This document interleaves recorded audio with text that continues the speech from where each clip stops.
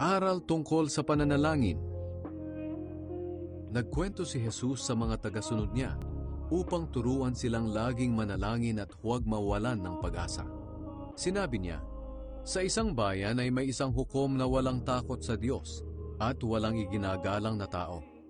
Sa bayan ding iyon ay may isang biyuda na palaging pumupunta sa hukom at nagsasabi, "Bigyan niyo po ako ng katarungan at ipagtanggol niyo ako laban sa mga kaaway ko."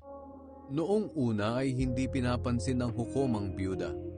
Pero bandang huli ay sinabi niya, "Kahit hindi ako natatakot sa Diyos at walang iginagalang na tao, bibigyan ko ng katarungan ng babaeng ito para hindi na niya ako gambalain ulit. Dahil kung hindi, iinisin niya ako sa kapaparito niya." Pagkatapos, sinabi ng Panginoon, "Narinig ninyo ang sinabi ng masamang hukom? Ang Diyos pa kaya ang hindi magbigay ng katarungan sa mga pinili niya na tumatawag sa Kanya araw at gabi?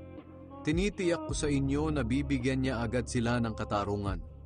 Ngunit kung ako na anak ng tao ay bumalik na rito sa mundo, may makikita kaya akong mga taong sumasampalataya sa akin?"